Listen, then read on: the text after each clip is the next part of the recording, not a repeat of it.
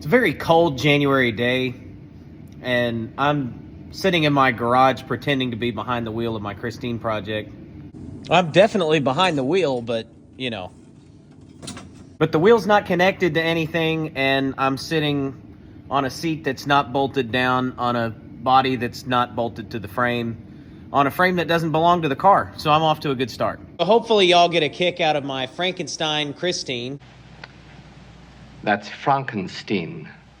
So I posted a video yesterday that I had titled The Start of My Christine Project, but I realized that even though I haven't really done any progress yet, the 2 years that I'd spent parts collecting and doing a lot of work to get all those parts really was the start of my project. So I guess I'm going to go over all the stuff that I've done in the last 2 years that I didn't make any videos for. The project really started when I bought the shell of my 58 Plymouth and a couple other parts cars shortly thereafter. I bought a really, really rough two-door hardtop Savoy that was thrown into a ditch in the 80s over on its side. The whole passenger side of it was completely gone, but I salvaged a lot of really good stuff off of that thing. You wouldn't think there'd be much really to salvage, but you know, I don't let anything go to waste. By the time I send something to scrap, there's not really anything left. I bought a 58 Plaza, a four-door that ended up being the frame donor, or the soon-to-be frame donor for my car. It wasn't an awful car, but it was already stripped of a lot of really usable parts, like the rear quarters for somebody else's Christine build. Nothing went to waste on that car either. The Flathead 6 went to power another 57 Plymouth and keep it on the road.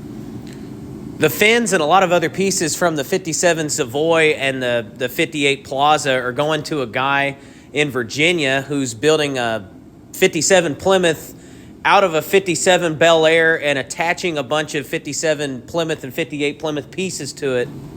He bought a lot of pieces from me that I actually shipped through the mail. He bought the roof from the 57 Savoy, which was really, really rough. His YouTube is Bad 66 Chevelles. If you want to see the project and the progress on it, it's a really ambitious project. He's doing it all outside. Big props to him for as much progress as he's made on it. Obviously, he's really, really motivated to get something done.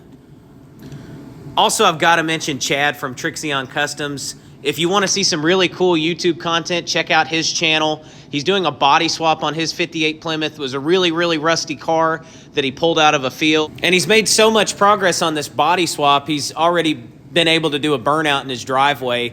I think he's going to get that thing on the road really, really soon. So if you haven't seen any of his content, you got to check it out. He ended up getting a quarter from me from the driver's side of that 57 Savoy, which he used to make a quarter. He's a really awesome fabricator. I would love to have his skills, that's for sure. One of the other cars that I parted out was this 58 Plymouth Suburban Wagon. Ended up getting a lot of great front end parts off of it. The motor and transmission ended up going to Kiwi's Customs. Super nice guy. He came out and pulled the motor and transmission and rear end from it.